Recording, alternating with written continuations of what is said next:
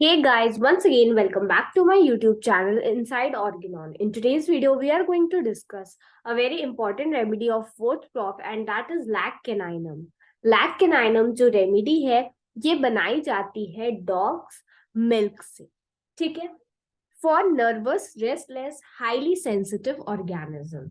ये जो रेमेडी है ये ज्यादातर सेंसिटिव पर्सन्स को दी जाती है। Sometimes erratic pain constantly flying from one part to another। और इस रेमेडी का एक कैरेक्टरिस्टिक पेन है और वो पेन कैसा है, दैट इज फ्लाइंग पेन। मतलब कभी एक पार्ट में पेन होता है और वो फिर थोड़ी देर बाद दूसरे पार्ट में हो जाता है। This flying character of pain is observed in pulsatilla as well, changing from side to side every few hours or days। इसका जो पेन है ये अपने साइड को चेंज करता रहता है हर कुछ घंटे और कुछ दिनों में।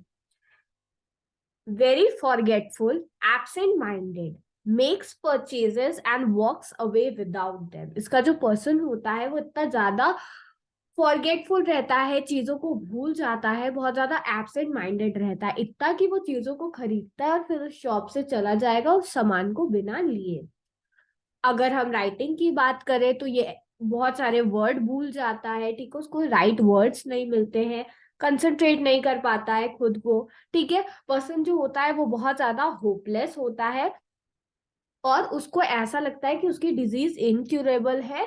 Rather he also has no friend living, मतलब उसकी ना कोई दोस्त है, उसकी जो डिजीज है वो इनक्यूरेबल है and nothing worth living for, could weep at any moment. इसका जो पर्सन रहता है उसमें वीपिंग टेंडेंसी होती है, दैट वो कभी भी रो सकता है। बहुत ज्यादा इरिटेबल होता है, इसका बच्चा हमेशा चिल्लाता रहता है स्पेशली रात को, ठीक है। इसको अकेले रहना नहीं पसंद, डर रहता है कि इसकी डेथ हो जाएगी। इसको इस बात का भी डर रहता है दैट ये स्टेयर से गिर जाएगा या फिर ये इंसेन हो जाएगा। Now, chronic blue condition, everything seems so dark that it can grow no darker. इसको सारी चीजें बहुत ज्यादा डार्क डार्क दिखती है, ठीक है। Attacks of rage, cursing and swearing at slightest provocation.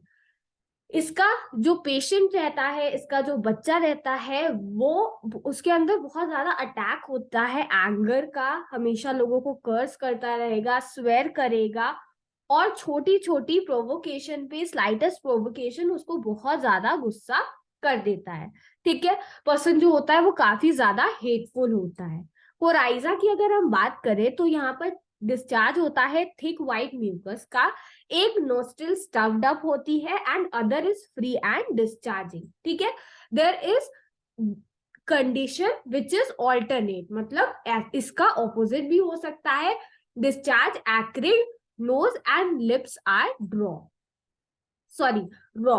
तो इसमें जो डिस्चार्जेस होते हैं डिप्थीरिया में या फिर कोराइजा में, वो बेसिकली कैसे होते हैं, एक्रिड होते हैं और इसकी नोज और लिप्स को ड्राई कर देते हैं। डिप्थीरिया और टॉन्सिलाइटिस के लिए भी हम लैक केनाइनम के बारे में सोच सकते हैं। इसमें सिम्टम्स एवर चेंजिंग कैरेक्टर का होता है, साइड टू साइड, ठीक है। सोर थ्रोट की प्रॉब्लम होती है beginning and at the end of menses, ठीक है। और येलो पैचेस होते हैं जो कि पेन शूट करता है to the ears. Talking about the throat, इसकी थ्रोट बहुत ज्यादा सेंसिटिव होती है एक्सटर्नल टच के लिए भी, ठीक है। और एग्रेवेशन होता है फ्रॉम सॉल्विंग, इसका पर्सन कुछ भी घोटने की कोशिश करेगा तो उसको उससे प्रॉब्लम हो जाएगी। कॉन्स्टेंट इंक्लिनेशन टू सॉलो, उसको चाहिए होता है कि वो हमेशा कुछ ना कुछ सॉलो करे even though it is painful, ठीक है। और इसका जो डिप्थीरिया या टॉन्सिलाइटिस का जो पेन होता है वो एक्सटेंड करता है ईयर तक, मतलब थ्रोट से जो पेन है वो ईयर तक जाएगा and it begins on the left side.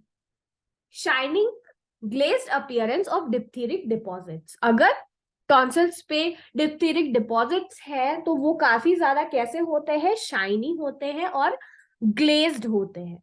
Person जो होता है वो बहुत ज्यादा हंग्री होता है, लेकिन वो इतना ईट नहीं कर पाता कि वो अपने हंगर को सेटिस्फाई कर पाए, ठीक है। और even after eating, soon after eating उसको फिर से भूख लग जाती है, ठीक है। सिंकिंग फीलिंग एपिगैस्ट्रियम में होती है, मतलब पर्सन को ऐसा लगता है कि कुछ तो ऐसा है एपिगैस्ट्रियम रीजन में जो सिंक कर रहा हो।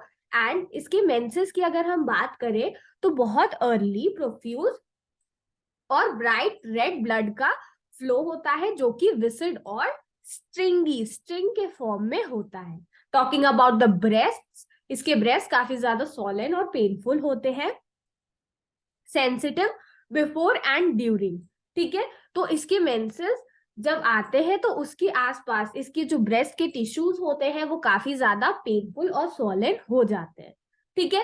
फ्लेटस कई बार वेजाइना से डिस्चार्ज होती है। This condition is also seen in these remedies as well. और ये discharge of flatus from vagina के लिए टर्म यूज किया जाता है and that is फाइजोमेट्रा।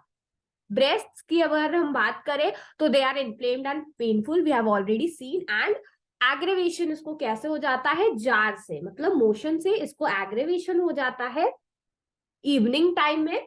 And person जो होता है, जो फीमेल होती है, must hold them firmly when going up और डाउन स्टेयर्स। ये चीज ब्राइनिया में भी है, वहां पर भी जो ब्रेस्ट टिश्यूज होते हैं वहां पे नोडोसिटीज का फॉर्मेशन होता है, काफी ज्यादा हार्ड हो जाते हैं, जिसकी वजह से थोड़े से भी मोशन से ब्राइनिया में एग्रेवेशन है, ठीक है। Serviceable in almost all the cases when it is required to dry up milk, ठीक है। तो अगर कोई फीमेल है, उसमें ड्यू टू सम रीजन वो कैंसर से सफर कर रही है अनफॉर्चुनेटली, या फिर वो किसी दूसरी डिजीज से सफर कर रही है, जिसकी वजह से जो प्रेग्नेंट फीमेल है वो अपने चाइल्ड को नरिश नहीं कर सकती, तो उस कंडीशन में to dry up the milk we can use this remedy, ठीक है। एंड टू ब्रिंग बैक और to increase the milk, lac defloratum is used, ठीक है। Sensation as if it would leave her when lying down, इसको ऐसा लगता है कि बिल्कुल उसको सांस नहीं आएगी अगर ये पेशेंट लाई डाउन करेगी तो। And loss of milk while nursing without any known cause, अगर कोई नोन कॉज नहीं पता है और लॉस ऑफ मिल्क देखने को मिल रहा है फीमेल में, then we can go for this remedy. Palpitation बहुत ज्यादा वॉयलेंट होता है when lying on the left side, इसकी जो फीमेल होती है वो जब लेफ्ट साइड लाई करती है तो उसको पैल्पिटेशन होते हैं बहुत ज्यादा, और आराम इसको राइट साइड टर्न करने से मिलता है, ठीक है। इसके सेक्सुअल ऑर्गन्स बहुत इजीली एक्साइटेड हो जाते हैं from touch, pressure on sitting, on friction by walking even, ठीक है। When walking seems to be walking on air, ठीक है। और when lying does not seem to touch the bed, तो इसको हमेशा ऐसी फीलिंग होती है कि अगर वॉक कर रही है तो वो वॉक कर रही है एयर पे, ठीक है। और लाई डाउन भी ये प्रॉपरली बेड को टच करके नहीं कर रही है। बैक एक की अगर हम बात करें तो काफी ज्यादा इंटेंस और अनबियरेबल बैक एक होता है, ठीक है। और ज्यादातर सुपर सैक्रल रीजन में होता है, ठीक है। एग्रेवेशन रेस्ट से और फर्स्ट मोशन से होता है, जैसा कि रस्टॉक्स में है। और स्पाइन में जो एक होता है वो बेस ऑफ द ब्रेन से कहाँ तक होता है, कॉक्सिक्स रीजन तक। They are very sensitive to touch and pressure, ठीक है। These are the relationships of lac caninum that you need to keep in mind. So friends, this was it about the remedy of today, that is lac caninum. Friends, examination में most frequently इसके questions जो पूछे जाते हैं that is either from the female reproductive symptom, ठीक है, उसके कई बार questions पूछे जाते हैं, and also sometimes the questions related to the glands or diphtheria is asked. So if you are preparing lac caninum for your examination, go for preparing the respiratory symptoms, go for preparing the female reproductive system के symptoms, ठीक है। Those symptoms are most frequently asked. Also friends, have tried hard to explain you this remedy. अगर आपको ये video पसंद आया हो तो इस वीडियो को लाइक कीजिए, अपने फ्रेंड्स और बैचमेट्स के साथ शेयर कीजिए, and also subscribe to Inside Organon to become a part of Inside Organon family. Thank you.